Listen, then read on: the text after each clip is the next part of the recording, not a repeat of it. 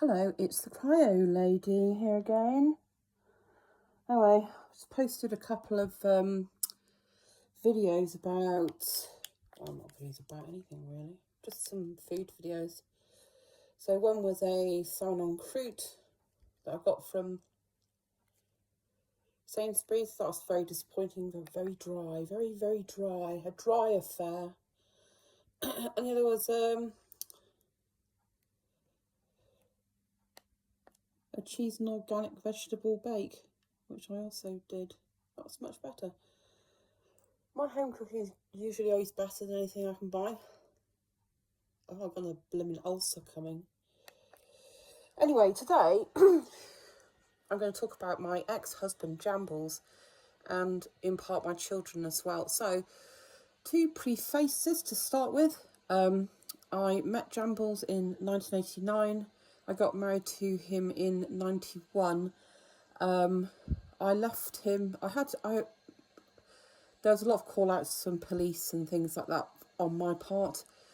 And I finally had him removed from our home in 2006. And let me tell you, with the exception of having my children, that was the best day of my life anyway. Of course, as is in a lot of cases, Jambles and his family didn't want to make things easy for me. No, why would they? It's bad enough that any marriage breaks down, and I can understand people doing things like, I don't know, maybe your partner's left you because they've been having an affair, so you cut all their clothes up and dump them in a bin bag or throw them out the window. That sort of thing I can understand. I can get with that, because there's always going to be usually one injured party, and I totally get that. However, Jambles and his family, mainly his parents, they just waged a campaign of hate, and they put their hatred for me before anything else, i.e. their 5 grandchildren / Jambles' children. Okay, to start off with, Jambles put in an application for a residency order. Now, would be what's known as having custody in the USA. Perhaps other places too, but we call it residency over in the UK. Naturally, as their mum, I was very concerned, because part of the reason why I left, well, actually, do you know what the big tipping point for me was? The fact that his abusive behaviour, had started to move on to the children, and that was not going to happen. So, when he put in for a residency order, you can imagine, that really terrified me. Anyway, my solicitor that I had at the time, a lawyer, reassured me very much and said to me, you really don't have to worry. I know you're going to be worried, but you really don't have to worry about this, because you would have to be doing something extraordinarily bad in the UK. You would have to be doing something extraordinarily bad and dreadful for any judge to consider, any court to consider taking your children off you. Anyway, this all rumbled on for ages, and then surprise, Jambles got himself a girlfriend, and all of a sudden, his kids started cramping his life. So instead of, I used to say to him, well, look, if you want to have them, for a bit longer or whatever, then, we can make the arrangements. Oh no, we'll just stick to the arrangements we've already made. Okay, so we actually made arrangements through a judge because he was being silly, and the arrangement was that he would have the children every other weekend. He would also have them on Wednesday after work and have them round for, their dinner. Anyway, it wasn't very long before he dropped the Wednesday because he couldn't possibly do that. And this was because it was cramping his dating abilities. So that was very quick to go. Then I think we were due to have a residency hearing in, I think it was 2007, September, and in the August he dropped that, but that was the kind of thing that he would do. I personally wasn't worried in the slightest that he'd get the children full time, because that was never going to happen. He didn't want them, And he proved that because when I moved away from Hampshire to Devon, that was in February.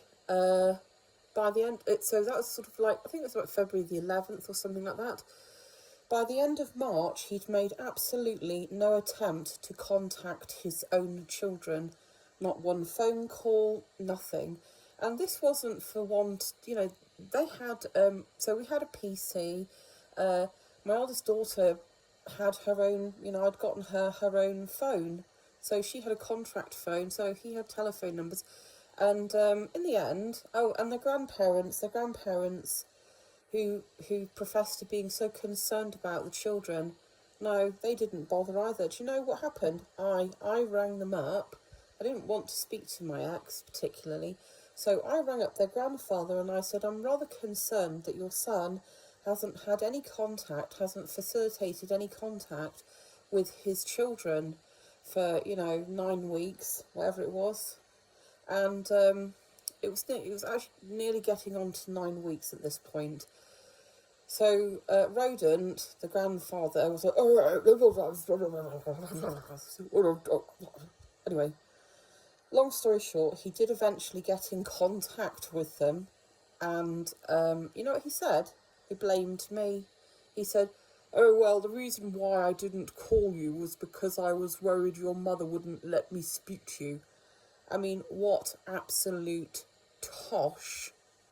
Oh yeah, and I do forget, they had iPads, they had iPad minis, so he could have FaceTimed them any time he wanted to. And he didn't. They used to go up there every other Christmas, but I had to put a stop to that as well. And actually, they didn't want to go. They did go up and see, around the Christmas period. Of course, they went up there, but they didn't want to go on Christmas Day. And in the end, there was one incident where my eldest son, Lamb, so he was only 17 or 18 at the time, and my eldest son, Lamb, he also has autism, by the way, borrowed Jambles' iPhone charger.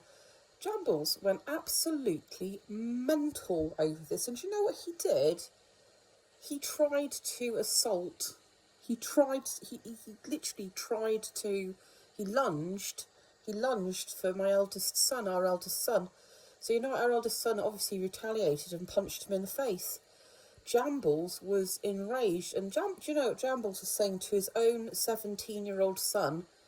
Let's go outside and finish this.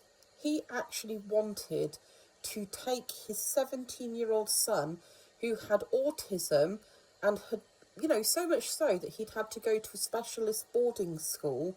He wanted to take him outside for a fight. The little children were all cowering under the table in the dining room. And guess what? Obviously, Pammy and Rodent completely sided, as they always did, with Jambles. Jambles doesn't actually bother with any of his children anymore. He doesn't. He just actually has pretty much no contact with them at all. And they've,